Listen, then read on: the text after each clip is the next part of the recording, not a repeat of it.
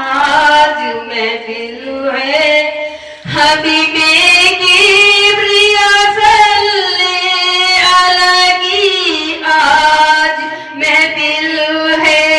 حبیبِ کبریا صلی علیہ کی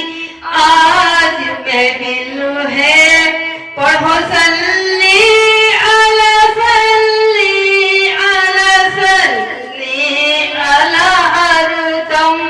کہ محبوب خدا صلی علیہ کی آج محفل ہے کہ محبوب خدا صلی علیہ کی آج محفل ہے حضور سے آئی بیٹی بات بھیجے دونوں پر جہاں کے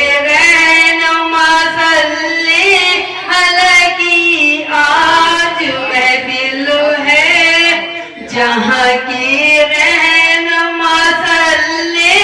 علیہ کی آج محفل ہے کرم کے پھول نیکی کے ثمر رحمت کے گلدستے بٹیں مصطفیٰ صلی علیہ کی آج محفل ہے بٹیں مصطفیٰ صلی علیہ کی آج محفل ہے جس کی نور سے رنگوں بہارے گلشن ہستی اسی رنگین ادا صلی علیہ کی آج محفل ہے اسی رنگین ادا صلی علیہ کی آج محفل ہے فرشتے عالم والا سے سن کر یہ کہتے ہیں چلو نور خدا صلی علیہ کی آج محفل ہے چلو نور خدا صلی علیہ کی آج محفل ہے حضوری میں کر سب پیش وصلی علیہ کی نظرے کہ کل کے پیش وصلی علیہ کی آج محفل ہے کہ کل کے پیش وصلی علیہ کی آج محفل ہے ہوئے ہیں جس کے پیجے نور سے دونوں جہاں روشن اسی شمس الجوہا صلی علیہ کی آج محفل ہے اسی شمس الجوہا صلی علیہ کی آج محفل ہے ہوا ہے جس کے رخ سے داغ دل میں ماہ کامل کی اسی بدر الدجا صلی علیہ کی آج محفل ہے اسی بدر الدجا صلی علیہ کی آج محفل ہے ادنا مرتبہ محسن کا درگاہ میں جس کی اسی شاہ دانا صلی علیہ کی آج محفل ہے اسی شاہ دانا صلی علیہ کی آج محفل ہے نکالا جس نے چشمہ آپ کی انگلی سے جنگل میں اسی بہرے شفا صلی علیہ کی آج محفل ہے اسی بہرے شفا صلی علیہ کی آج محفل ہے دعائیں مانگ لے جو مانگنی ہو حق سے اکبر